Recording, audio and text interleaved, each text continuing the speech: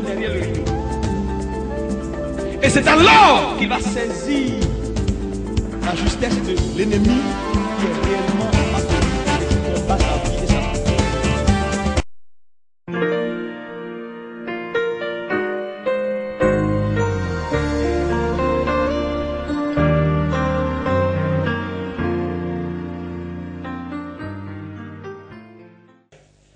Gloire à Dieu. Donc, dimanche dernier, on a parlé de traiter la critique. On a vu la première partie. Aujourd'hui, on va voir la deuxième partie. Traiter la critique. Et j'ai dit, donc, un certain nombre de choses. J'ai dit, les hommes qui sont dans cette initiative, dans cette entreprise de critique, ils ont une caractéristique, c'est que c'est des gens qui sont négatifs. Ils ont ce qu'on appelle la négativité. La négativité est une affaire de nature. Et quand ça rentre dans toi, c'est grave parce que ça change ta perception des choses. Tout ce que tu vois, tout ce qu'on te présente, la première chose que tu vois dedans, c'est ce qui ne va pas.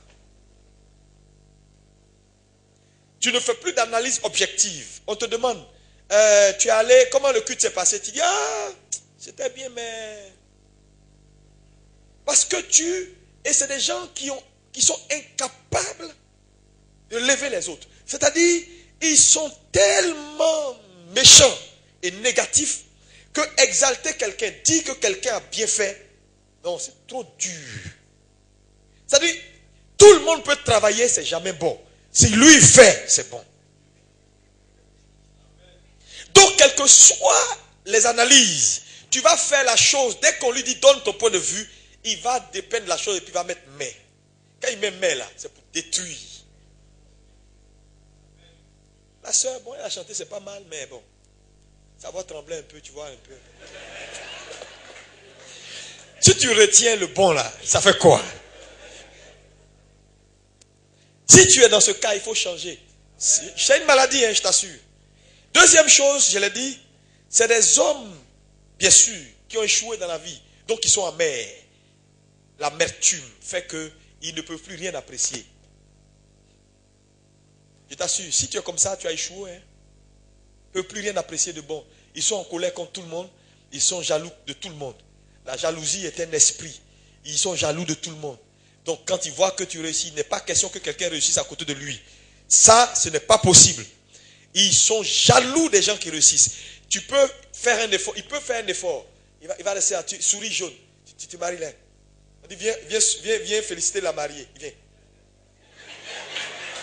Le gars est fâché. Il est fâché. C'est toujours eux. Mais quand il vient comme ça là, mon frère, et quand il va lui faire commenter après, ah, tu n'as pas vu sa robe? Est-ce que tu as remarqué la robe? Non. Quelle robe? La robe de la mariée. Tu n'as pas vu? Quand tu passes à Trècheville, là, il y a un magasin. On loue ça là-bas.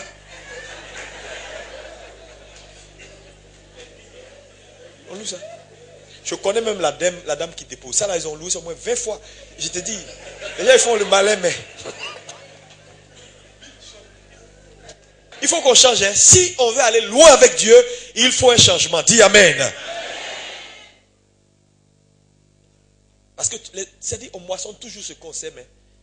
Et si tu passes ta vie à détruire les autres, à parler mal, à critiquer, à insulter les gens, il y a des affaires qui ne te regardent pas. Je vous ai dit, dans le royaume de Dieu, on ne fait rien sans onction. Pour faire une tâche ou pour réussir quelque chose, il te faut l'onction pour. Et là où tu n'as pas l'onction pour et tu essaies de faire la chose, ça peut te détruire. Voilà pourquoi les deux fils d'Aaron sont morts, Nadab et Abihu. La Bible dit, ils ont fait quoi? Leur papa n'était pas là et ils ont pris le sacrifice pour dire, on va faire le sacrifice. Mais sûrement Aaron a enseigné à ses fils que vous êtes mes successeurs. Vous êtes les potentiels sacrificateurs après moi. Donc c'est des gens qui devaient être sacrificateurs après Aaron. Mais Aaron n'était pas encore mort et le transfert du sacerdoce n'avait pas encore été fait. Donc, ils n'avaient pas ce qu'il leur faut pour faire le sacrifice. Ils ont fait un sacrifice sans l'onction pour. La Bible dit le feu est sorti, ça les a détruits. Il y a des choses qui ne te regardent pas. Hein. Je dis, c'est ton leader ou ton pasteur qui est établi ou qui a l'onction pour te juger. Ce n'est pas le contraire. Les gens parlent beaucoup dans la vie. Là, sortez de ça. J'ai dit, ça raccourcit la vie. Parler de pasteur, ça raccourcit la vie. Ils sont ce qu'ils sont. Laissez-les avec le Dieu qui les a appelés. Prends l'engagement que tout le mois d'avril qui va venir là, une seule parole vaine, mauvaise parole, critique de quelqu'un ne sortira pas de ta bouche. Si on veut faire partie d'une information, il faut passer par eux. Dès qu'il a ça, ça passe. Leur vie, c'est un véhicule. Ils transportent l'information non vérifiée. Ça ne peut pas être possible. Et vous êtes des chrétiens, vous êtes comme ça. Comment l'église prendra-t-il son envol? De quelle église vous espérez? Avec de tels comportements dans l'église. Ça c'est critique entre sœurs. Même, est-ce que vous savez que même les gens sont assis, hein, pendant que le pasteur... Souvent il y en a qui viennent me voir pour dire, pasteur, vraiment, les gens ils sont vraiment mal éduqués. Ils sont assis comme ça en plein culte. Pendant que tu prêches, ils commentent en même temps. Ils commentent, ils rejettent, ils critiquent en même temps la parole en direct par satellite.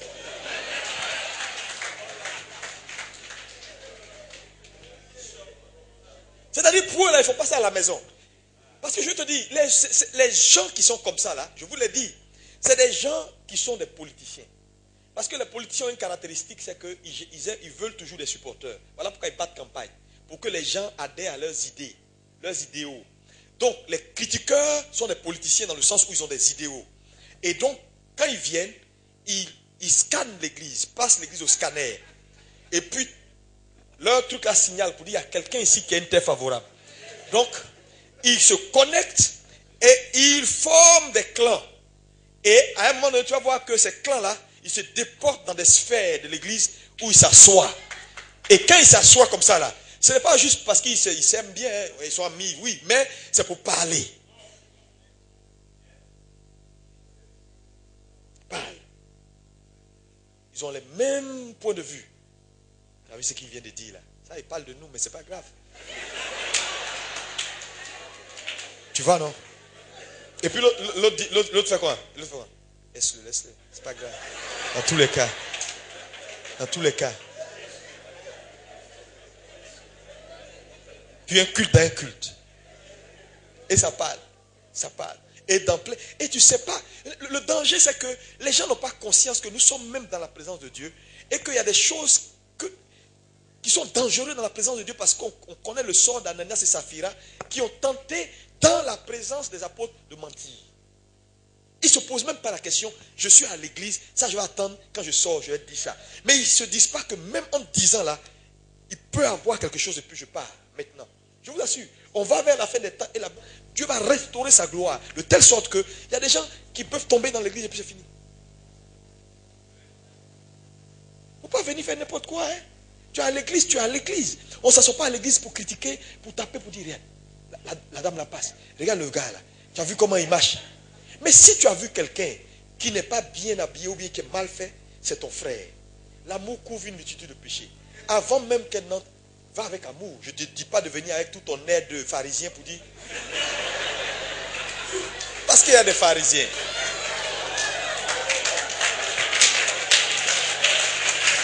Alléluia.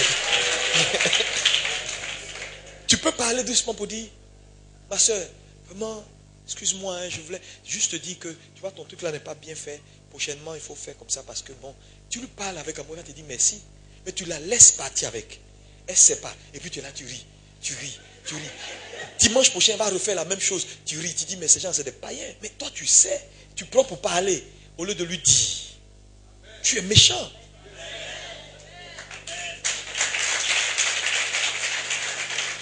Alléluia. Mais c'est ce qu'on voit. Voilà pourquoi la gloire de Dieu est en train de partir dans les églises. Parce que les gens sont C'est des hypocrites assis les uns à côté des autres. C'est-à-dire, il est assis à côté de toi et puis il te critique, il parle mal de toi. Il dit, cette dame-là, elle se prend pour qui? Elle est partout. On la voit ici, on la voit là. Elle veut devenir quoi même dans l'église? Elle n'a qu'à prendre même le pasteur si elle veut, on s'en fout. C'est-à-dire que, et puis, tu la vois, bonjour, ça va. C'est de l'hypocrisie. Et Dieu n'aime pas ça. Dieu n'aime pas, hein, je vous dis. Si vous ne changez pas, Dieu ne pourra rien faire pour vous. Parce que le même Dieu qui s'enflamme quand les gens parlent comme ça, si Dieu s'enflamme contre toi, quelle bénédiction tu espères recevoir de lui? Toutes tes bénédictions avortent.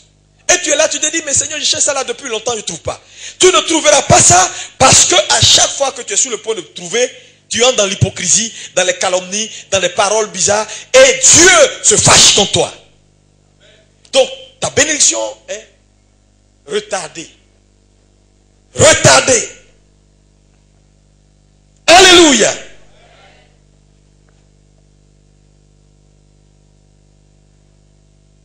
Il faut supporter quand les autres réussissent. Il faut que Dieu te délivre. Ton cœur, quelqu'un réussit, il faut acclamer le Seigneur pour lui. Il faut dire, Seigneur, merci pour cet homme. Je prie qu'il soit encore plus grand.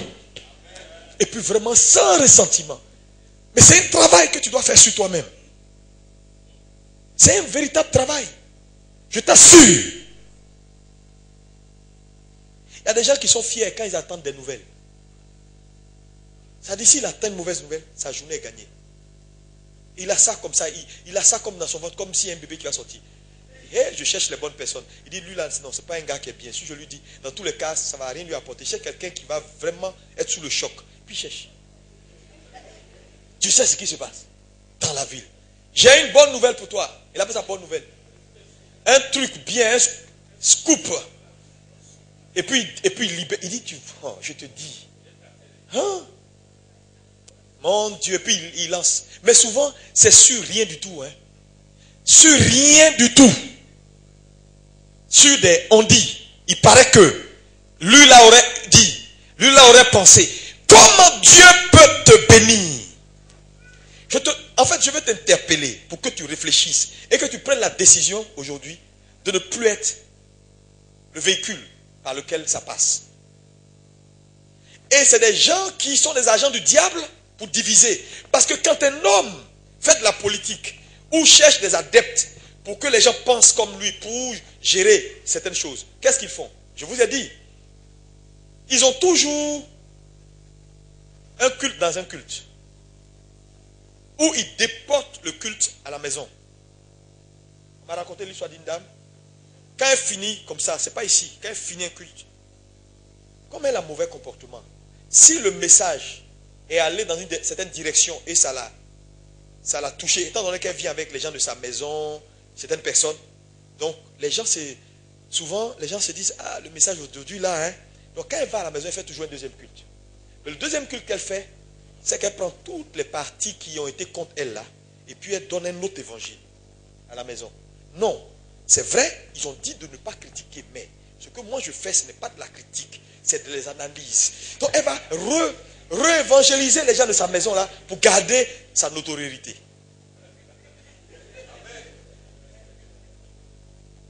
Ou, quand elle ne trouve pas de verset pour détruire, elle lance dans la critique. Oh, lui, il aime trop ça. Ça, c'est de nous. Dans tous les cas, il n'a qu'à parler. Dans la vie, là.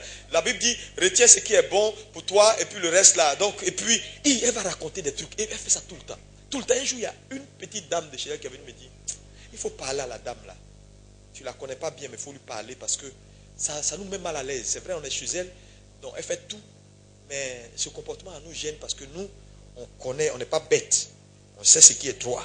Parce que les gens, ils ne sont pas bêtes. Tu peux les tromper jusqu'à un moment donné, les yeux s'ouvrent. Oui? Vous comprenez? Donc, il ne faut pas transporter les cultes à la maison pour aller refaire le culte. On dit le message d'aujourd'hui, tu sais c'est quoi? Et puis ils vont commencer à rire, ils prennent les points où on a parlé de quelqu'un. Aujourd'hui, là, ils ont frappé le gars là. Lui, il ne se sent pas content. Il dit, ah, ils ont tapé les gens qui aiment. Mais pourquoi les gens, et ils vont refaire le culte? Ou ils vont organiser des prières à la maison. Et puis, sujet de prière, prions pour le pasteur. Que Dieu lui donne de l'onction. Ça dit, ça, c'est un message qu'il donne aux gens qui sont à lui. Il n'a plus l'onction. Vous n'avez pas remarqué. Et vous voyez, et tout ça, ça fragilise l'église parce que là où tu es, l'objectif de Dieu dans ta vie, c'est quoi? C'est de t'élever et faire de toi une influence. Pour qu'à partir de toi, plusieurs viennent à lui.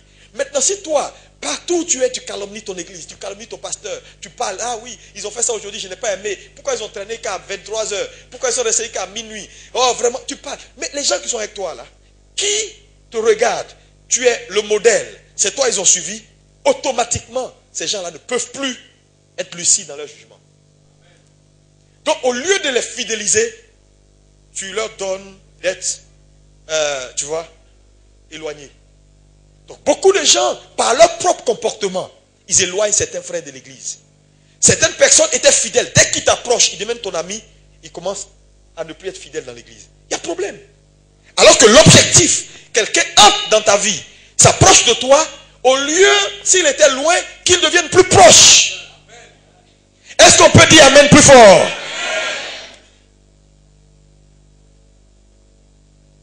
Voilà ce que Dieu veut pour vous. Est-ce que quelqu'un peut dire Amen? Maintenant, comment traiter ce problème? On va voir un certain nombre de points. Parce que c'est ça le plus important. Numéro 1. Tu dois admettre et reconnaître devant Dieu que tu es malade. Tu sais, ce qu'un homme ne reconnaît pas, parce que tu vois, si quelqu'un discute pour dire, ah, moi je critique personne, moi dans tous les cas, je fais mes analyses, vous pouvez dire ce que vous pensez, c'est votre problème. C'est un homme qui ne changera jamais, parce qu'un homme qui n'est pas prêt à reconnaître qu'il parle trop et qu'il dit souvent des choses qui n'ont même pas leur place, il critique les gens, il raconte sa vie et qu'il est malade, il ne reconnaît même pas. Est-ce qu'on peut soigner quelqu'un qui n'est même pas d'accord qu'il est malade?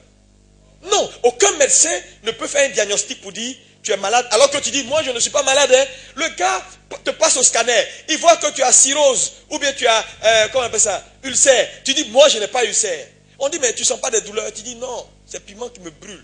Nous on est comme ça dans notre famille. Je dis moi je n'ai pas ulcère. Le gars il ne peut rien faire pour toi. Vous comprenez? Donc c'est important de reconnaître d'abord. La reconnaissance est le commencement du salut.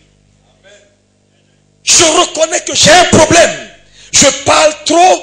Je suis incapable de retenir les informations qui viennent à moi. Et j'ai cette tendance à divulguer des informations même quand elles ne sont pas vérifiées. Alors, j'ai un problème. Seigneur, j'ai un problème. Je reconnais. Et quand tu reconnais, la délivrance a commencé. Alléluia. Lis-moi le psaume 51, verset 5. Il dit quoi? Psaume 51, verset 5. Car je reconnais mes transgressions et mon péché est constamment devant moi. Oui. J'ai péché contre toi seul et j'ai fait ce qui est mal à tes yeux. Voilà, c'est bon, on va s'arrêter là. Amen. Donc il dit je reconnais mes transgressions et mon péché est devant moi. C'est clair que je suis quelqu'un, je parle beaucoup, je critique facilement, j'aime pas voir, je suis dans l'insécurité quand les gens réussissent à côté de moi. Il y a des gens comme ça, dès qu'ils voient des succès, ils sont dans l'insécurité. Ils paniquent de voir d'autres réussir. Mais si on vient annoncer que, ah, tu n'as pas eu le bac, il va pleurer.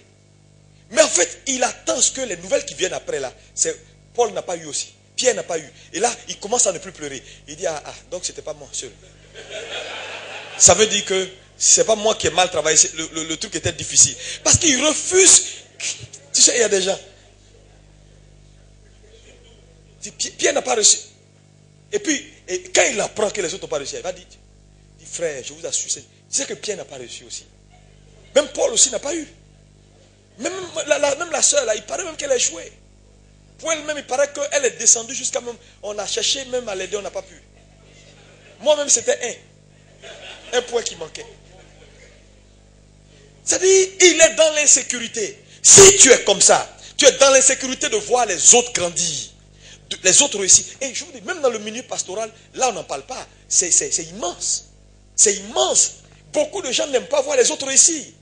Quand il apprend que tu as un programme comme ça, son cœur bat. Mais j'ai dit, mais si c'est comme ça, un jour ton cœur va tomber. Parce qu'on va en faire les différents programmes. On va tellement faire que si tu es jaloux de nous voir progresser, là, il faut que tu pries Dieu parce que tu risques de tomber. Hein.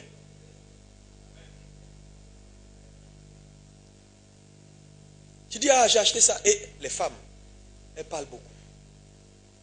Et tu es avec une copine, tu ne la connais même pas. Tu sais que mon mari vient d'acheter ça encore pour moi. Ah. Et puis quoi?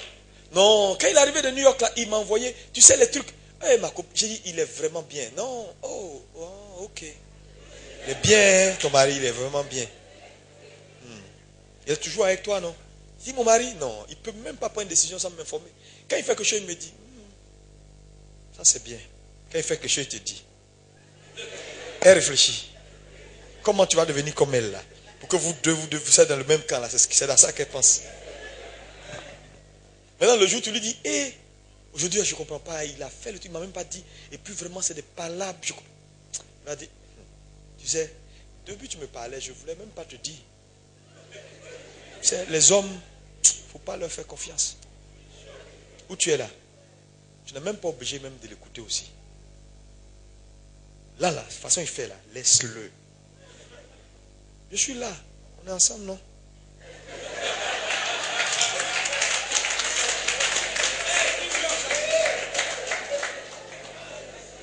Parce qu'elle se retrouve maintenant. Elle a retrouvé quelqu'un qui...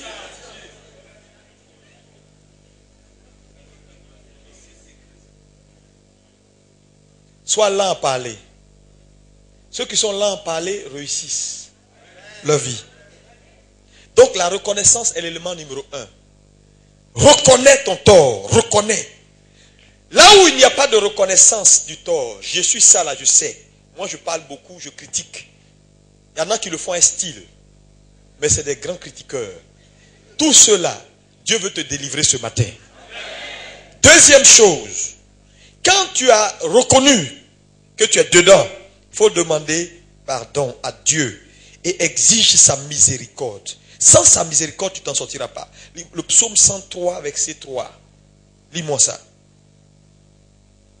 103 à partir du verset 3, c'est David qui parle. Il dit quoi? Il dit, c'est lui qui pardonne toutes tes iniquités, qui guérit toutes tes maladies. Donc c'est Dieu qui pardonne. Donc c'est à lui qu'il faut demander pardon d'abord. Tu dis, Seigneur, je reconnais, je demande pardon parce que ce que j'ai fait n'est pas bon. Et je vous ai dit ici un jour que l'affaire, moi quand je vous parle pour l'église et pour la vie. C'est-à-dire même dans vos services là, les patrons que Dieu vous a donnés, ils ne sont pas parfaits. Hein. Mais si Dieu les a choisis pour que ce gars-là soit ton patron, il peut avoir des défauts. Mais ce n'est pas ta responsabilité de parler de lui. Parce que la faveur ne quittera jamais son cœur pour se tourner vers toi. Sous son autorité de patron, rien de bon n'arrivera à ta vie si tu le critiques. C'est spirituel. J'ai dit c'est spirituel. Tu es sous un responsable au bureau. Derrière son dos, tu fais les choses. Tu vas voir. Tu vas voir si tu auras promotion un jour. Il va vouloir te défendre, mais quelque chose va lui dire, c'est pas la peine. Il sera froid quand il va s'agir de te défendre dans des dossiers. Mais quand il est froid comme ça là, ce n'est pas parce qu'il a envie d'être froid. Il veut bien t'aider, mais il n'arrive pas. Parce que tu poses des actes qui ont créé un environnement ou une atmosphère qui ne fait que descendre sur toi ou te donne ce que tu as semé. La faveur ne vient pas par hasard. Hein. Quand tu vois quelqu'un qui te fait grâce là, c'est parce que quelque chose s'est passé. Parce qu'on décide d'aider les gens.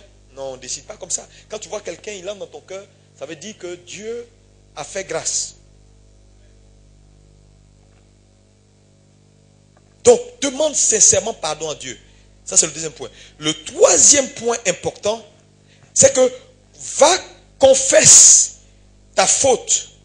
Confesse également ta rébellion là contre ceux contre qui tu as parlé.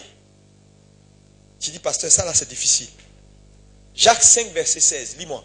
Confessez donc vos péchés les uns aux autres et priez les uns pour les autres afin que vous soyez guéris. Amen. Il dit confessez les uns aux autres. Ça veut dire que ce n'est pas anti-biblique de parler à quelqu'un, de lui dire j'ai fait ça contre toi, j'ai pas bien fait. Tu personne que tu as descendue là, tu dois, quand tu as demandé pardon à Dieu, aller voir la personne pour lui dire, à un moment donné, j'ai fait des choses contre toi. Je t'ai critiqué. C'est moi, ce malheur qui t'est arrivé au bureau là. C'est moi. Pardonne-moi. C'est là, c'est dur, non? Si tu vois que c'est aussi dur, il ne faut pas faire. Parce que si tu fais, tu vas passer par là. Si tu ne passes pas par là, tu vas voir. Tu as critiqué quelqu'un, tu as torpillé quelqu'un dans l'église. Quand on finit le culte, va voir le frère ou la soeur. Maintenant même. Je te dis, hein, la pratique commence maintenant. Tout le monde dit la pratique c'est maintenant. Tu seras surpris du nombre de personnes qui ont venu te voir pour dire je t'ai insulté, j'ai dit ton nez était concours. Tu dis quoi? Tu m'as insulté? Moi je suis sûr que si elle dit ça, il y a peut-être la moitié de l'église va venir voir pour dire pasteur pardon, pasteur pardon. Les gens me critiquent toujours. Je sais. Je sais même pas ce que je fais, mais on me critique. Pourtant moi je te veux du bien. Tu me critiques. Je t'ai jamais critiqué, tu me critiques. Donc, ce point important, la personne que tu as calomniée là, il faut aller voir la personne. Parce que nous sommes ici dans un processus de guérison. Et c'est des étapes qui mènent à la guérison. Si tu sautes une étape, tu peux ne pas être guéri. Ton affaire de critique ne va pas te lâcher. Hein? Ça va te pourrir la vie. Dès que tu as une information, c'est comme s'il y a du feu derrière toi. Tant que tu ne parles pas, tant que tu ne dis pas quelque chose, tu n'es pas en paix. Donc, dans comment guérir de la critique et de toutes ces mauvaises choses que nous avons acquis. Depuis le monde, hein, ce n'est pas seulement dans l'église. Les gens parlent, ils racontent leur vie, ils critiquent. Il y a des gens qui vivent de la critique. Ils vivent des mauvaises rumeurs, des nouvelles. Pendant la crise, là, on était tous saoulés ici. Tout le monde était saoulé. Chacun marchait comme ça. Sur le plan spirituel.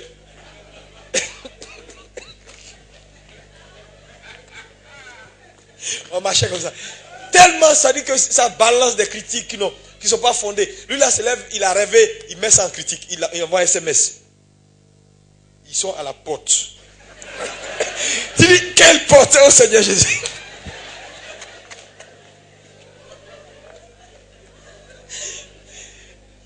C'était dur que Dieu délivre la Côte d'Ivoire. Critique, fausse rumeur. Que la Bible dit, si tu aimes la vie, préserve ta langue du mal et des paroles mensongères. C'est pas bon.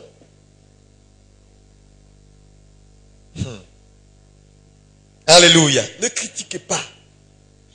Et moi je vous ai dit ici à l'église, si tu es membre de cette église, il ne faut pas entrer dans la critique. Même les autorités établies là.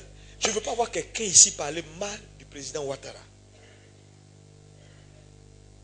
Vous êtes le peuple sur qui Dieu m'a établi. Moi je vous dis la vérité. Il est ce qu'il est là. Laissez-le tranquille. C'est Dieu où il est. On dit aucune autorité n'est établie sans que Dieu l'institue. Frère, Dieu a ses voies que les hommes ne maîtrisent pas. Il est président. Respectez-le. Arrêtez de parler des gens. Même s'il est mauvais là.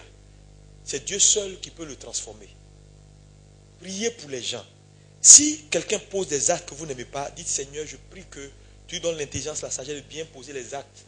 Mais ne le critiquez pas. Tu n'as pas besoin de critiquer quelqu'un parce que tes critiques n'arrangent rien du tout même. Au contraire, ça te détruit parce que ça coupe, ça te prive de la grâce de Dieu. On n'est pas obligé d'aimer quelqu'un, mais on n'est pas obligé de le critiquer non plus. On peut être, on n'est pas amis, non, on ne s'insulte pas. On se respecte. Vous n'avez jamais vu ça? Les grands hommes, c'est ça.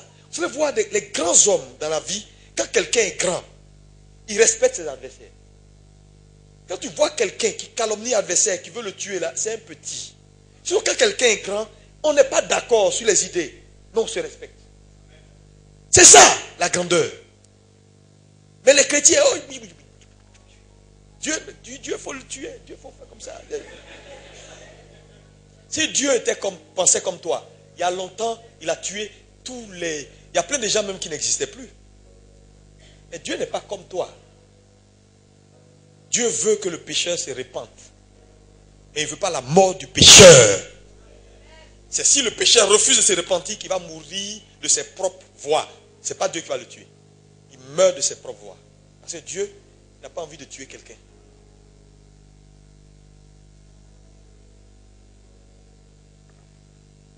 Respectez dans votre service les patrons que Dieu vous a donnés. Respectez-les. Que ton patron dise, mais attendez, mon ami, tu es dans quelle église même? Quand je regarde ton comportement au boulot ici, là, tu dois être quelqu'un de bien élevé. Et qu'il demande ton église et qu'il vienne à cause de toi s'asseoir un jour à l'église pour dire, si mon agent là est comme ça, là où il va là, ça doit être bon. Je vais partir voir. Mais à cause de toi, dans le bureau,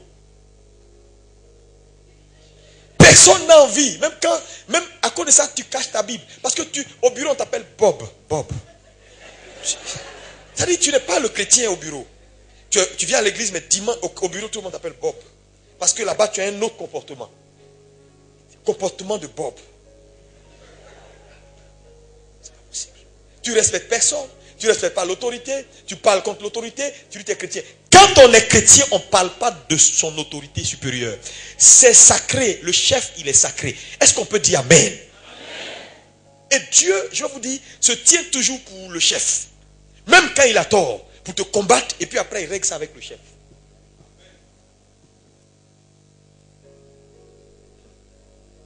Il ne faut pas te mettre entre eux. Dieu est son chef, laisse-les. Tu te mets au milieu, c'est toi, Dieu va frapper, et puis après, il va venir parler le chef pour dire, tu as fait ça là, c'est pas bon, je ne suis pas content. Mais le temps de régler le compte du chef, toi, il y a longtemps, on t'a frappé. Donc, tu dois aller voir la personne. Tu as fait tomber quelqu'un, va voir la personne, dis pardon, je t'ai fait tomber. Repends-toi, confesse ton péché à ton frère, à qui tu as fait le mal là. Quatrième chose importante dans le processus de la guérison de ça, tu dois maintenant travailler, quand tu as demandé pardon là, tu dois travailler pour dissoudre ton groupe et amener les autres à la repentance. Les gens que tu as cooptés, les gens que tu as intoxiqués, parce que tu étais dans une relation toxique. Toi, tu es arrivé à la lumière. Quand tu arrives à la lumière, tu ne laisses pas les autres dans les ténèbres. Mais tu dois maintenant retourner vers eux pour travailler pour qu'ils reviennent tous à la lumière. C'est très important. On dit si ton frère a péché, va vers lui pour le ramener à la lumière. Donc tu dois travailler à dissoudre ton groupe et amener les autres à la repentance. Et leur faire comprendre que vous avez pris le mauvais chemin. Parce qu'en tant que chrétien, nous avons le ministère de la réconciliation. Lis-moi Ecclésiaste 4, verset 13. Dis-moi ça. Ecclésiaste 4, verset 13, tu peux me lire? Ecclésiaste 4, verset 13. Mieux vaut un enfant pauvre et sage qu'un roi vieux et insensé qui ne sait plus écouter les avis. Ce verset-là, je veux que tu retiennes ça. Mieux vaut un enfant sage et quoi? Mieux vaut un enfant pauvre et sage qu'un roi vieux et insensé qui ne sait plus écouter les avis. Qui ne sait plus écouter les avis. Vous comprenez? Ça veut dire que la capacité d'un homme à écouter les conseils, est-ce qu'il lui donne de la hauteur? Donc, va vers ces gens-là et parle-leur. Dis-leur, on avait pris une mauvaise route. Ce qu'on faisait là n'était pas bon. On ne doit plus parler, on ne doit plus critiquer. Mais il ne faut pas dire, laissez-moi. Moi, dans tous les cas. Parce que quand quelqu'un n'a pas envie de changer, il ferme ses oreilles. C'est quelqu'un qui refuse d'écouter les conseils. Dès qu'on vient vers... C'est pourquoi je vous dis, vous êtes dans l'église. Si des gens viennent vers vous et vous donnent des conseils, vous suggèrent des choses, ne prenez pas ça en mal. Parce que souvent, les gens sont blessés. Non. Comment tu es qui pour venir me dire que ce que je fais n'est pas bon? Si on ne peut pas te dire ce que tu fais n'est pas bon, mais tu es perdu. Tu es perdu. Dans la vie, il est important d'avoir des gens qui peuvent te parler. C'est pourquoi je vous ai toujours dit que l'affaire de Dieu, là, c'est une affaire de grâce. Ce n'est pas une affaire d'âge. Si quelqu'un, Dieu lui fait la grâce de porter, c'est-à-dire une onction jusqu'à un certain niveau, tu lui dois respect. S'il te dit ça, on ne fait pas. C'est un peu comme un monsieur. Bon, il y a longtemps, c'est pas, il y a longtemps, un gars, il y a très très longtemps, il est venu ici, à l'église, faire une prière. Et puis, comme c'est quelqu'un d'un certain niveau, dont je l'ai reçu au bureau. Vous êtes chargé, accablé, oppressé par la maladie, par les situations difficiles de la vie, les soucis. Vous avez envie d'exprimer votre amour, votre reconnaissance à Dieu. Les églises Alliance Biblique Missionnaire Côte d'Ivoire vous convient à leurs différents cultes. Que ce qui va te donner de la domination, c'est ton travail. Tous les dimanches, de 7h à 9h, culte bilingue. Deuxième culte, 9h30, 12h30, culte de louange et d'adoration. De façon exceptionnelle, un troisième culte a lieu de 16h à 18h. Chaque premier dimanche du mois, mon heure de miracle. Soirée prophétique de délivrance et de miracle. Sévère ses exigences, il est riche en son amour. Tu t'en sors pas financièrement, c'est difficile. Tu fais tout, tu es toujours limité. Il faut que Dieu te... Quand vous lisez la Bible dans 3 Jean 1, 2, la Bible dit: je souhaite que tu prospères à tous égards et que tu sois en bonne santé comme prospère l'état de ton âme. Une église moderne, une vision dynamique. Un lieu où des hommes ordinaires deviennent des champions. Infoline www.abmc.net. Email info@abmc.net. Téléphone 22 41 75 53 06 16 01 01. Que Dieu vous bénisse. Donc, vous savez ce qu'il me dit? Il dit non. On sort ensemble. J'ai dit ok. Et puis dans le couloir, il me bloque. Il dit tu prêches sur quoi aujourd'hui? On fait attention aux histoires de femmes, garçons, parce que je suis venu à ma copine. Authentique. Mais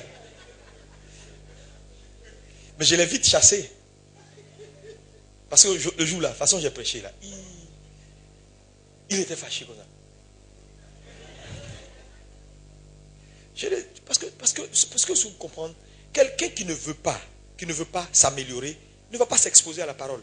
La parole ne fait pas de mal, ça peut te blesser, ça peut te toucher, mais si c'est bon, mieux vaut savoir que voilà le niveau que je dois atteindre, mais je suis encore ici, que de ne même pas le savoir. Vous comprenez? Quelqu'un qui sait que voilà sa place, mais il est encore là, au moins il a ça, un jour il va finir par arriver. Mais quelqu'un qui ne sait même pas où il doit arriver, tu me dis, moi, je l'ai chauffé, mais je m'en fous. Tu sais, c'est pas toi qui m'as appelé, c'est pas toi qui m'as envoyé dans le ministère. Et puis, je ne suis pas venu au Seigneur parce que j'avais faim. Dieu m'a fait grâce. Il m'a appelé. Donc frère, tu ne peux pas m'acheter. Je lui ai dit ça. J'ai dit, le gars, il est devenu amer, il est parti. Il dit, ce petit gars là, on ne sait même pas pour qui tu prends. J'ai dit, que Dieu te bénisse. Mais dans tous les cas, parce que si, ça là, tu marchais, c'est fini. Qu'est-ce que tu vas dire? Tu ne peux plus rien dire. Il va t'acheter. Dis ça aujourd'hui. Quand il est content, dis ça aujourd'hui. Ce n'est pas comme ça que ça se passe. Tu dois être docile au conseil. Ça fait mal, tu dois accepter. Tu ne dis pas, non, là-bas on parle trop mal, c'est dur, moi je quitte là, je m'en vais. Comment tu vas changer? Tu vas t'asseoir quelque part où on dit, allez, ce n'est pas grave, Jésus est Seigneur. Vraiment, même si tu es sauvé, tu es sauvé. Tu es sauvé, tu es sauvé. Quel que soit ce qui arrive, tu es sauvé. Non, si c'est ça là tu veux, il y en a plein qui peuvent te dire ça. Mais si tu veux arriver au ciel, il faut qu'à un moment on te dise des choses claires. Acclame le Seigneur pour ça.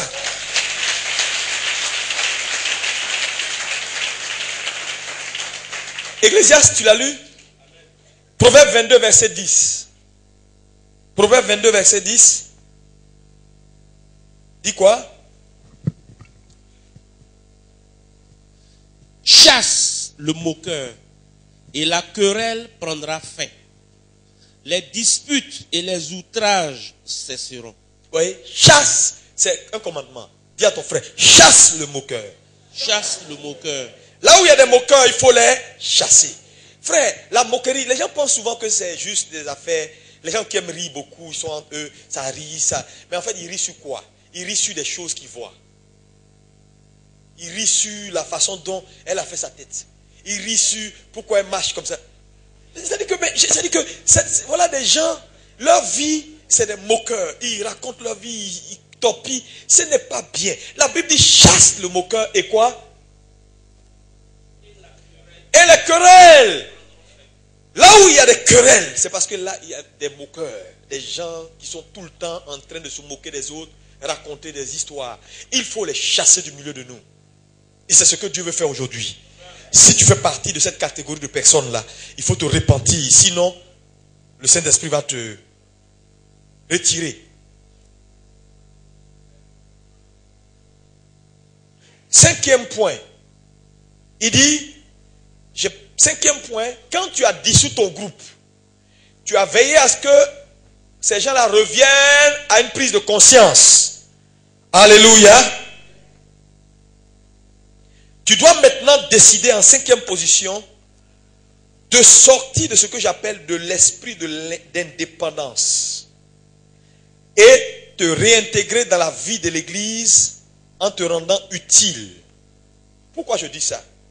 Parce que les gens qui critiquent et les gens qui font ce travail de division sont des gens qui se soustraient de l'ensemble. Parce que tu sais, là où tu es comptable, tu ne critiques pas.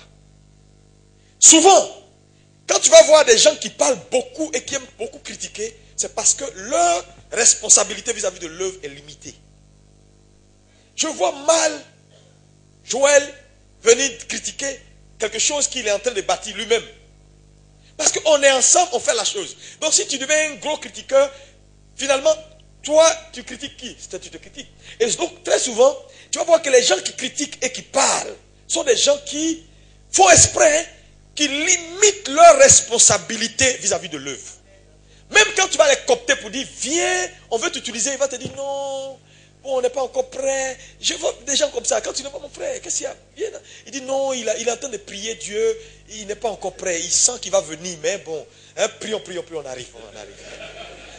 Il sait ce qu'il fait. Il sait. Donc, ils sont là. Ils viendront tous les dimanches. Hein. Ils vont s'asseoir comme tout le monde. Mais ils limitent leur responsabilité. De telle sorte que, quand ils parlent, c'est les autres. Je ne comprends pas pourquoi ils ont fait ça comme ça. Mais la réunion des femmes, là, on aurait dû faire comme ça. Mais vraiment, les femmes, là, vraiment. Mais si elle est dans le comité qui prend la décision, elle ne va pas critiquer parce que, naturellement, c'est elle qui a décidé avec les autres. Elle va critiquer ce qu'elle a fait. Non. Souvent, c'est des gens, c'est ce qu'eux seuls ils font là qui marche et qui est bon. Donc, quand tu as fini de dissoudre le groupe là, il faut que l'esprit là, l'esprit d'indépendance, parce que je vous ai dit ici un jour, il y a longtemps, que tu ne peux pas être dans un ensemble et avoir un esprit indépendant. Parce que si tu fais le choix d'être dans une communauté, on appelle ça communauté. Église, on est ensemble. Tu ne peux pas être dans un groupe et manifester un esprit indépendant dans le groupe. Ça ne marche pas. Vous comprenez? Si tu n'as pas envie qu'on... Par exemple, si tu travailles à la banque, à la cible, si tu as décidé d'être à la cible, ça veut dire que tu as lu les tests. Tu dois être au bureau, tu dois attendre, il y a ça à faire, tu es membre de cible, on te donne badge cible, tu dois t'habiller d'une certaine façon. Mais si tu n'es pas prêt pour ça là, tu ne peux pas être à la cible et puis tu viens avec t-shirt, avec t-shirt SGBCI, et puis nous sommes les plus forts, et puis tu t'assois. Mon frère, on te dit chez nous ici, c'est pas ça. Tu dis non, moi j'ai mon tricot, et puis j'aime la façon dont les gens de SGBCI travaillent. Donc moi comme j'étais là-bas avant, leur style, c'est ce que j'applique ici. On dit non, chez nous il y a un autre style. Il dit non, moi j'applique leur style. Tu es licencié. Donc dans un ensemble, soit on est dans l'ensemble, soit on n'est pas. Mais tu peux pas être dans un ensemble et puis tu décides de faire des choses comme tu veux. Par exemple, l'église est en train de bâtir. Tu ne te sens pas concerné de près ni de loin. On va construire. On ne construit pas où. Tu t'en fous. Les affaires là, ils sont où encore même? Tu es membre ou tu n'es pas membre? Donc je te parle de façon sincère hein, et tu te reconnais. Parce que le vrai problème, pourquoi les sectes là, le Maïkari, ces organisations mystiques là, sont forts. Ils ne sont pas peut-être 10 millions, mais s'ils sont 200, 300, 400, ils sont solidaires de ce qu'ils font. Et quand ils sont là, ils sont là. Mais l'église évangélique, c'est les seules églises où les gens sont là sans être là. Tu ne peux pas être dans une église. Tu viens dimanche matin, tu prends la parole, tu dis je copie la parole, j'aime bien la parole qui prêche. Et puis tu finis de prendre la parole, tu boucles ton calepin, tu dis bon je suis parti. Frère, la parole là ne te servira pas. Ou tu vas prendre des mots, mais l'esprit qui est derrière la parole pour qu'elle s'accomplisse là, ne s'accomplira jamais dans ta vie. C'est comme ça que ça se passe. Voilà pourquoi deux personnes peuvent être assises dans le même ministère, exposer à la même parole, un s'en sort, l'autre ne s'en sort pas. Parce que l'autre là, son cœur n'est pas bien. C'est une question de cœur. Quel est l'état de ton cœur? C'est très important. Donc, tu ne peux pas manifester un esprit indépendant dans un groupe. Tu es dans un groupe, on dit jeûne et prière à partir du vendredi. Tu dis non, moi j'ai une cellule qu'on avait commencé en 84. Hein? On a marche pour Jésus à Bassam. Donc tu as tes programmes parallèles à celles de l'église. Quand c'est comme ça, ça ne marchera pas. L'église va dans ce sens, toi tu vas dans ce sens. Quand l'église va comme ça, toi tu vas comme ça. Tu ne connais même pas les programmes de l'église. On dit il y a un site internet où tout est, il faut aller, il faut envoyer des messages, ça ne t'intéresse pas. Tu n'es jamais allé sur internet pour regarder le site de l'église, pour apporter même des messages, pour voir ce qu'il y a, pour dire à pasteur, on peut améliorer ici, on peut faire comme ça, on peut faire comme ça. Jamais. Les CD même, à la limite, ils sont toujours à la porte là. Tu t'en fous. Tu ne payes même pas de CD. Oh. Tu vis quelle vie? Demande à ton mari, tu vis quelle vie? Et tu vas aller dehors, tu dis, il y a quelqu'un qui m'a vu un jour, je passais. Et puis je crois il avait volé le bus. Et puis les contrôleurs ont attrapé un truc comme ça. C'est mon pasteur, c'est bon. J'ai dit, moi, je ne te connais pas. Je ne te connais pas. Tu es qui toi? Il dit, mais pasteur, on se connaît. ABMC, deux plateaux là. J'ai dit, moi. Je ne le... Frère, je vous assure que je ne le reconnaissais même pas. Il y a des gens même qui m'interpellent dans la rue. Bonjour pasteur. J'ai dit, bonjour, c'est qui? Il dit, ABMC, je suis ton fidèle. Il dit, ah, ok. Sois béni.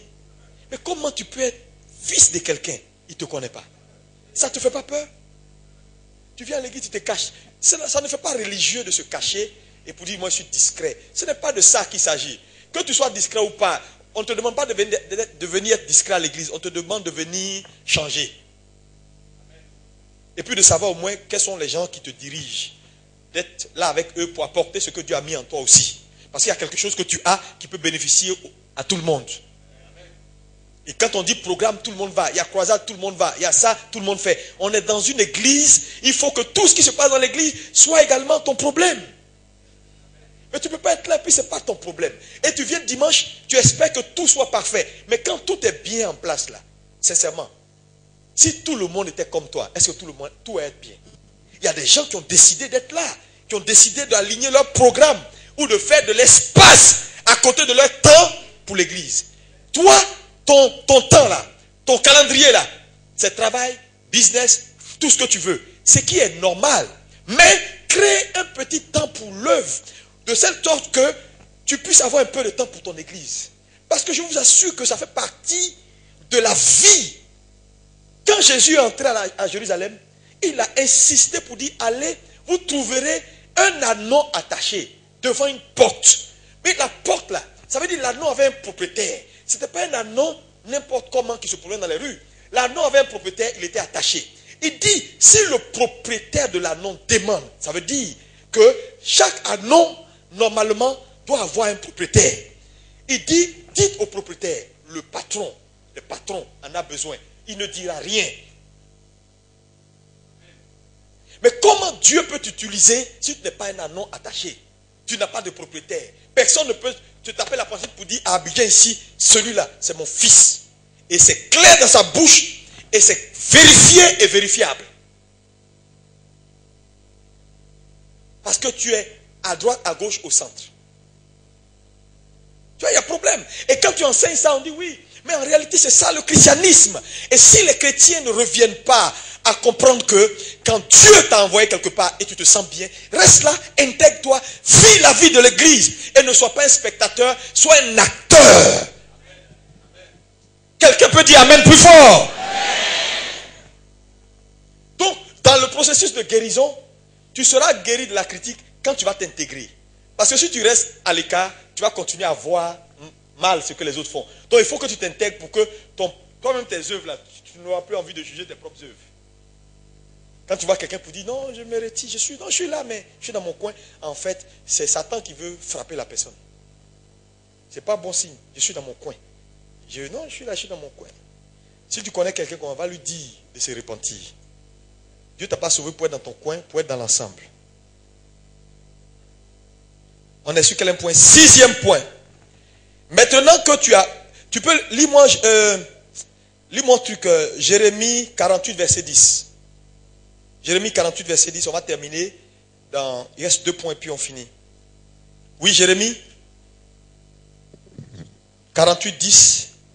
Jérémie 48, 10.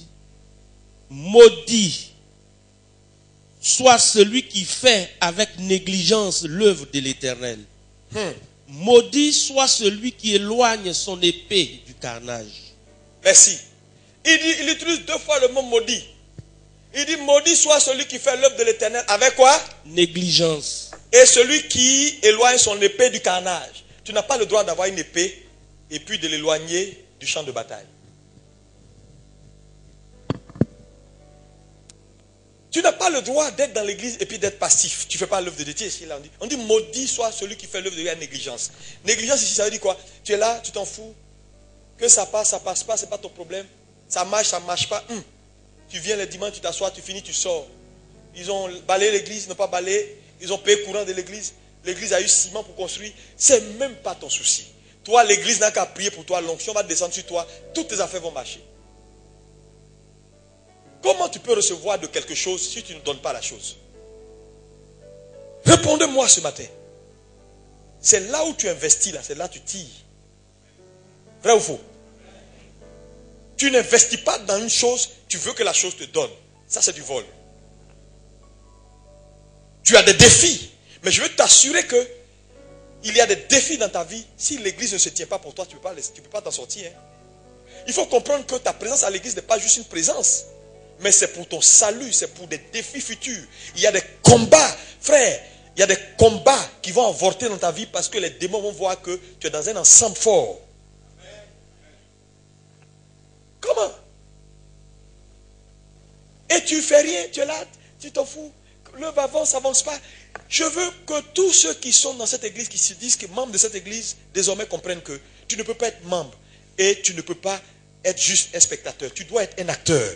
Tu dois travailler. Tu dois donner tes services. Il y a quelque chose que tu sais faire que personne d'autre ne peut faire, que Dieu a investi dans toi.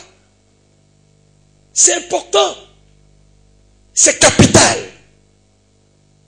Dans ton service, travaille. Il ne faut pas attendre que ton patron te paye 500 000 francs par mois avant de commencer à travailler. Tu fous rien, on te donne 100 000 francs. Tu dis oui, 100 000 francs c'est petit. Tu fais quoi pour avoir 600 000? Tu n'as même pas le niveau. Tu ne travailles pas. Tu es paresseux. Tu fais toujours des bêtises et tu espères que ton patron plaide pour que ton salaire augmente. Ça n'augmentera pas. Tu vas dire non, le diable utilise mon patron pour me bloquer. Ce n'est pas le diable, c'est toi-même qui es le diable.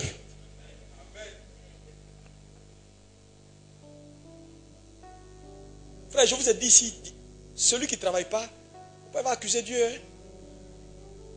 Le travail là, ce n'est pas malédiction. Tu veux que Dieu te bénisse, travaille. Les chrétiens sont trop paresseux. Ils font tout avec légèreté. Il y a un frère ici, un jour, il dit qu'il veut faire business. Et il va voir un des diacres de l'église. Il dit vraiment aide-moi à faire le business.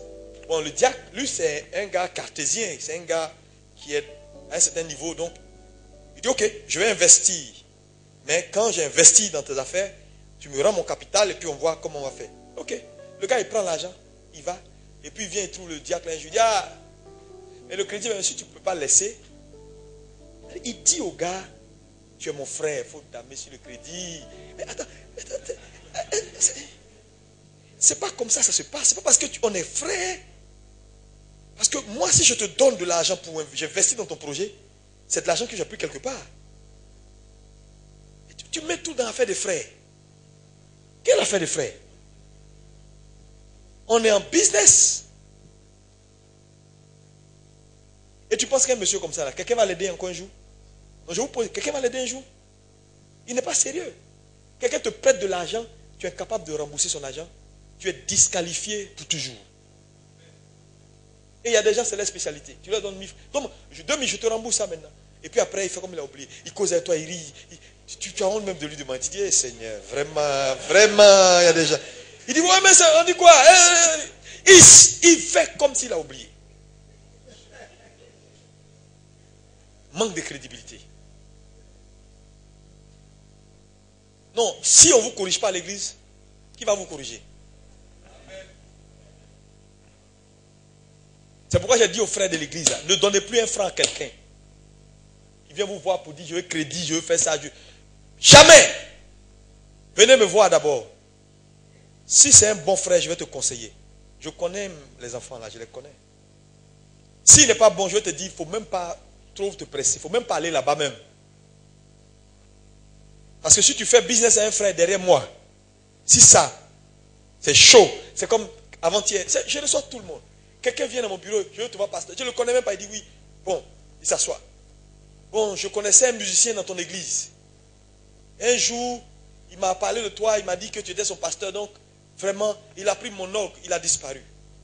Je le sais, jusqu'aujourd'hui, je ne le vois pas. J'ai dit, moi, musicien, depuis quand vous avez fait votre business devant moi? Il dit non, comme bon, il racontait sa vie. J'ai dit, mon frère, il faut quitter devant moi très vite. Quand vous faites vos affaires derrière, là, le pasteur n'est pas là. Et quand ça ne va pas, vous venez maintenant, pasteur. Il y avait un frère dans ton église à qui il m'a dit il est dans l'entrepreneuriat. Je lui ai donné 500 millions pour construire pour moi et il a disparu. Tu as 500 millions et puis je souffre comme ça pour avoir 2 paquets de ciment. 2 paquets de ciment. Je ne vais même pas t'écouter même. Il ne faut pas faire business avec les gens. Ce n'est pas tous les gens qui sont assis dans l'église qui sont chrétiens. Il y a plein de boucs.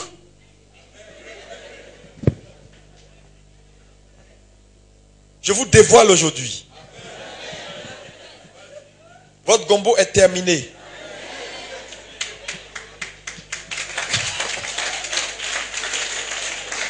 Alléluia. Donc, il faut travailler. Il ne faut pas être négligent avec l'œuvre de Dieu. Amen. 6e point. Prenez de nouvelles résolutions. Petit A. Première résolution à prendre. Tu dois désormais retenir ce qui est bon dans les analyses que tu fais. Par exemple, mais dans un premier temps, ça sera mécanique. Mais après, ça va devenir une habitude. Tu n'es pas habitué. On te présente quelque chose ou on te demande de donner un point de vue sur quelque chose. Tu vas être tenté de regarder les mauvais côtés. Et puis quelque chose va te dire non, tu es dans un processus de changement. Alors, révise ta position rapidement. Et puis, analyse globalement et dis c'était très bien. En tout cas, je te félicite. Continue. Tu vois? Ça peut être mécanique. Tu peux être tenté de dire, bon, il y a le côté là qui n'est pas bien, il y a le côté qui n'est pas bien, le côté n'est pas bien. Mais on t'a demandé un point de vue. Parce que souvent, les gens ont besoin de courage. Quand on les encourage pour dire c'est bon, ça leur donne la force de recommencer et de se parfaire. Mais quand quelqu'un te montre quelque chose, puis tu casses déjà avec les mauvais côtés là, tu peux détruire son élan. Donc, ça peut être mécanique dans un premier temps. Il faut accepter que ce soit difficile pour toi. Ça va te faire mal de dire à quelqu'un ce qu'il a fait bon. Tu n'es pas habitué. Tu voulais le sonner, mais quelque chose te dit, bon, tu es en train de changer. Tu es chrétien. Tu dis, ah, j'étais raté. J'allais te faire une analyse là. Je t'assure que tu allais abandonner tous tes projets. Donc, la première résolution, prends désormais la décision d'être positif. De bannir au fur et à mesure la négativité dans tes raisonnements, dans tout. Ça peut être difficile, mais tu dois prendre cette première résolution. Deuxième résolution, tu dois te dire que nul n'est parfait et que nous allons vers la perfection. La Bible dit, on va à la mesure de la statue parfaite de Christ. Donc, nous sommes un livre en écriture. Personne n'est achevé encore. Donc naturellement, les œuvres que les gens posent, là, les actes, il peut avoir des imperfections. C'est pas grave. Hein? C'est comme un enfant. Je dis à mon fils, où il est même le petit là, il est quelque part derrière là-bas, je lui dis souvent, envoie-moi quelque chose. Il entend, il va courir. Il dit, donne-moi un verre d'eau là. Il peut sortir du sable. Il va aller prendre le verre, il va se débrouiller pour t'envoyer de l'eau. Mais tout joyeux, mais quand tu regardes le verre là, le verre est sale même. Il a mis son doigt dedans pour tout ça. Il s'en fout. Mais c'est le geste. Tu dis pas, mais ton verre est sale. C'est quoi toutes ces histoires de saleté? Non. Il a voulu faire d'un bon cœur. Mais il est encore enfant. Il y a des choses qu'il ne comprend pas. Donc on laisse ça. Vous comprenez? Donc c'est très important de comprendre que nous sommes tous en train de grandir. Et que ce n'est pas tout ce que tout le monde... Ça peut être imparfait. Mais on laisse tomber. On peut passer sur certaines choses et avancer. Capitaliser sur les forces. Est-ce qu'on peut dire Amen? Amen. Donc ça, c'est des choses qu'il faut intégrer dans soi-même pour te dire que nul n'est parfait, y compris moi. Tu comprends? Maintenant, les gens qui aiment parler des autres et qui aiment critiquer, souvent n'intègrent pas ça dans leur pensée, qu'eux-mêmes ne sont pas parfaits. Tu comprends? Mais si tu intègres dans ta pensée que moi-même je ne suis pas parfait et que je peux commettre des erreurs, tu seras plus tolérant avec les autres. Donc, c'est des idées que je vous donne pour cultiver. Ça se cultive. C'est des idées qui se cultivent. Je ne suis pas meilleur que les autres. On va tous vers la perfection. Quand on lit Philippiens 4, verset 13, qu'est-ce qu'il dit? Il dit, je puis tout par celui qui me fortifie. Donc, si toi, tu tiens debout, c'est grâce à Dieu. La Bible dit quoi? La Bible dit, celui qui est debout, qu'il fasse quoi? 1 Corinthiens 10, verset 12. Que celui qui marche ou qui est debout prenne garde à lui-même. Lis-moi ça. 1 Corinthiens. C'est important pour que les gens retiennent ça. Oui, vas-y. 1 Corinthiens 10, 12. Faut noter ça. Ainsi donc, que celui qui croit être debout. Que celui qui croit, ça veut dire ça là, il a écrit le mot quoi? Ça veut dire toi tu crois que tu es debout. Ok. C'est bon. Vas-y.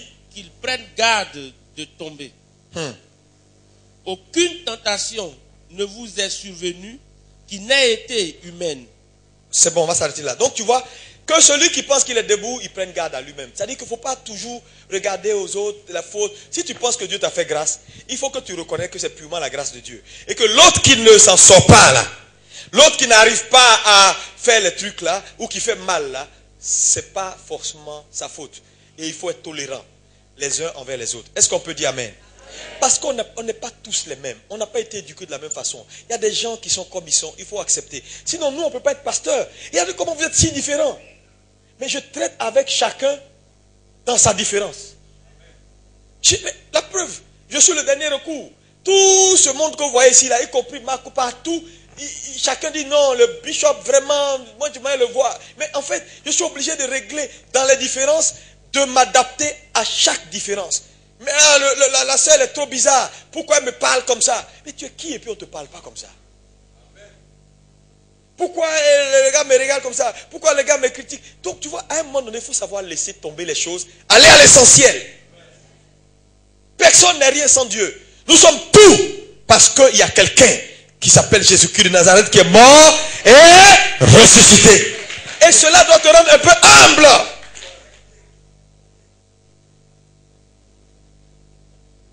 Amen. Une autre idée. Je parle de nouvelles résolutions à prendre.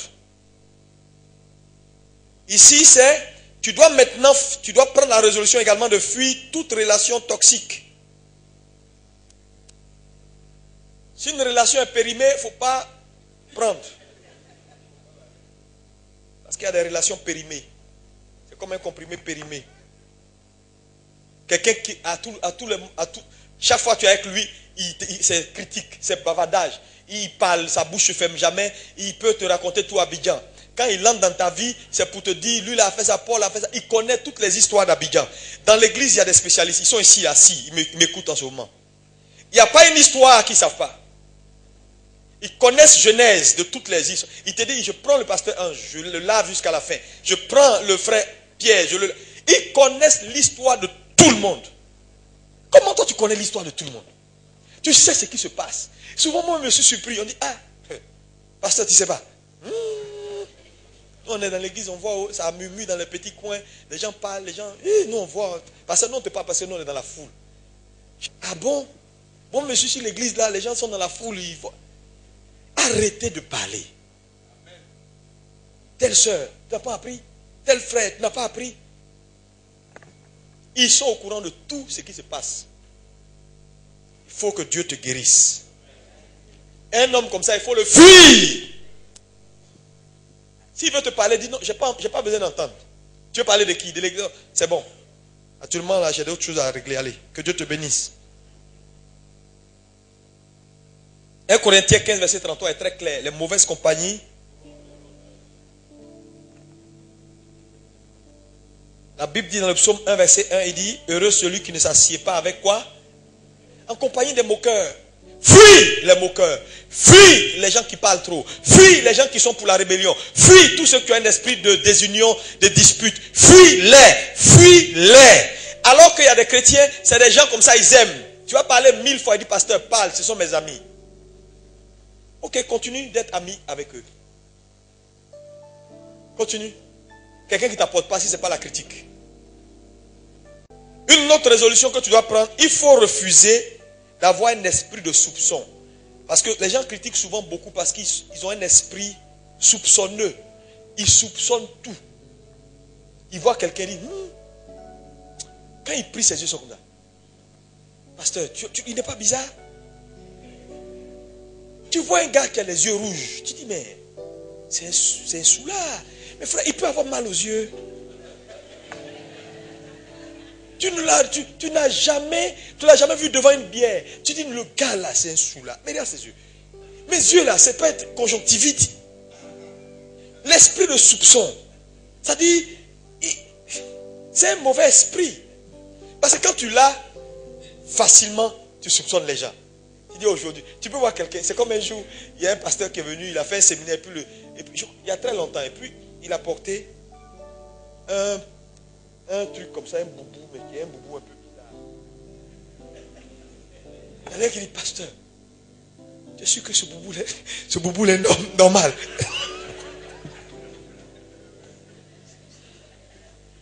Et malheureusement, le gars, c'était un ancien sorcier converti, devenu pasteur. Et il ne fait aucun effort, le boubou qu'il a porté. Automatiquement, les gens disent, pasteur, le boubou là, je suis que le gars est délivré. Ça, c'est boubou de féticheur. C'est des boubous un peu comme ça. Tu vois, gonflé, j'ai dit, donc, tu vois, quand quelqu'un a un esprit qui est fertile, il faut faire très attention. Parce que tout ce que tu fais comme erreur devant lui, il prend ça et puis te critique. Il prend ça et dit non, tu n'es pas clair. Et puis tu as fait quelque chose. Donc, il faut faire très attention à l'esprit de soupçon. Il faut toujours, dans ta vie, accorder du crédit aux gens. Je vous assure. Si tu ne fais pas ça, tu ne pourras pas vivre bien. Parce qu'à chaque fois, si tu n'es pas prêt à accorder, parce qu'il faut pouvoir faire confiance à quelqu'un un jour. Même si on dit qu'il a été ça avant, tu dis ok, je lui accorde un minimum de crédit pour cette fois-ci pour voir. Oui, s'il n'y a pas de crédit, il y a toujours l'esprit de soupçon. Il est venu s'asseoir, il toussait. On m'a dit quand quelqu'un tousse dans ton bureau comme ça, quand il rentre et puis la première chose qu'il fait c'est tousser, il doit être sorcier. Parce qu'en fait, le vrai problème, je vais vous dire, beaucoup de pasteurs n'ont pas facilité la tâche à beaucoup de frères. Les enseignements de comment reconnaître un sorcier, comment reconnaître Satan. Satan, il est vaincu. Donc, il y a des gens qui aiment bien des gens d'enseignement comme ça.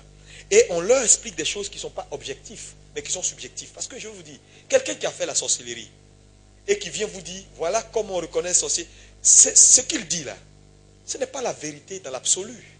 C'est son expérience. Dans la sorcellerie, quand j'étais allé, il va vous dire par exemple, quand j'étais allé sous terre, j'ai vu des bijoux. Donc, les bijoux là, Satan aime les bijoux. Quand une femme porte les bijoux, c'est pas bon. Ou bien, c'est-à-dire, c'est qui a été son esprit. Parce que si tu as un problème, si Dieu veut te délivrer, ça devient ton expérience. Par exemple, si tu étais attaché aux bijoux, quand tu étais inconverti, si Dieu veut juste te délivrer de ça, pas parce que c'est mauvais, mais parce que tu avais un cœur qui était dedans, tu vas venir Vraiment, moi, pour que je sois délivré, j'ai dû vraiment abandonner tous mes bijoux. Mais ça, c'est ton expérience. Quelqu'un d'autre peut porter les bijoux et ne pas avoir son cœur dedans. Donc ne dis pas que mon expérience est établie comme une vérité biblique. Donc les gens, ils écoutent ces choses-là. On dit non, quand quelqu'un dans ton bureau, dans ta maison, s'il va directement au WC pour pisser, c'est un sorcier. J'ai vu ça dans des livres.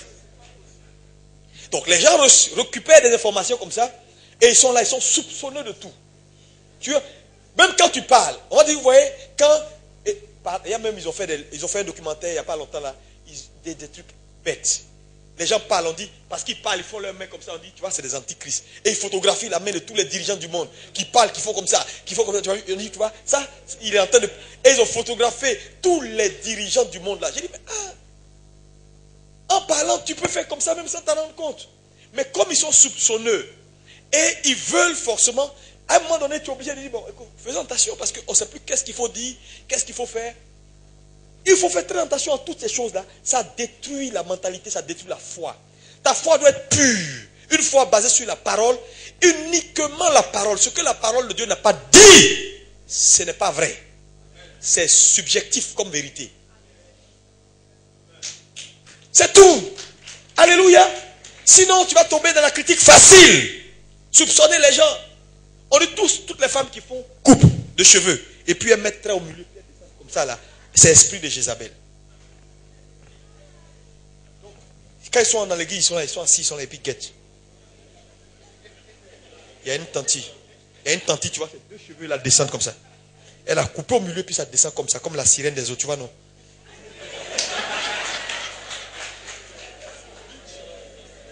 La pauvre femme qui n'a rien à voir, on la soupçonne en même temps. Dès qu'elle vient, elle dit, pasteur, vraiment, je voulais avoir un entretien avec toi. Qu'elle est partie.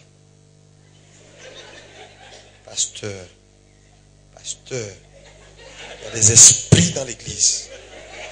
Des esprits, fais attention.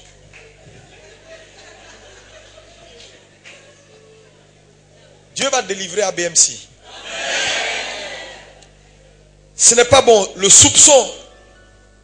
Il faut sortir de ça, sinon tu vas trop critiquer. On termine. Dernier point. Cultive l'amour de Dieu dans ton cœur.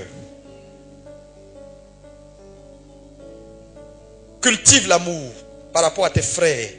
Aime-les. La Bible dit, aimez-vous les uns les... Lis-moi Jean 15, verset 12. Oui.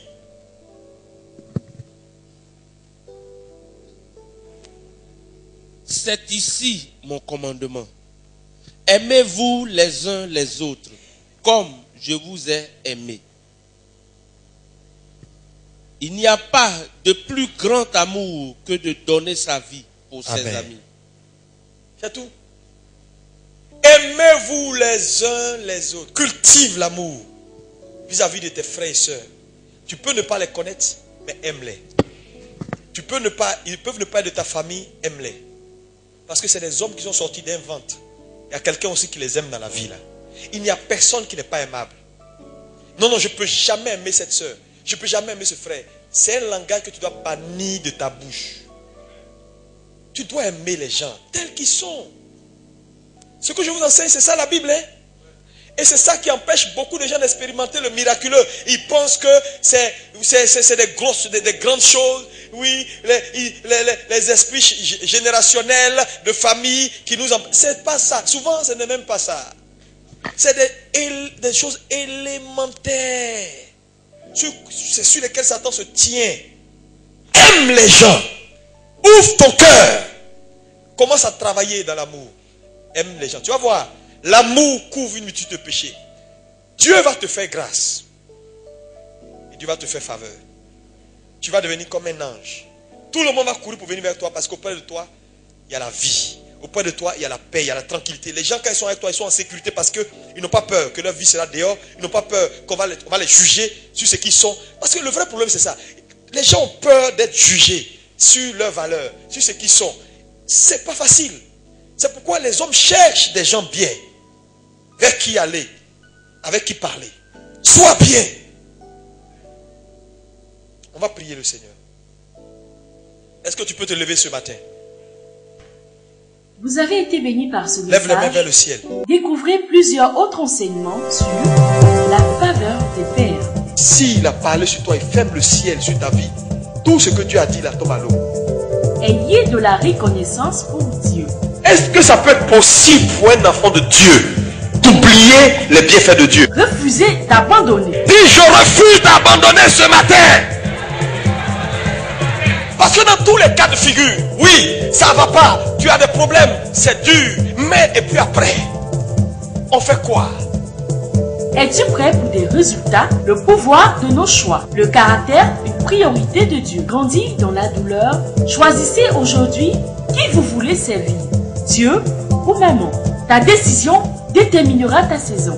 Et plusieurs autres enseignements disponibles à l'espace vente des églises ABMC, 602 Plateau Sokossé, face SGPC.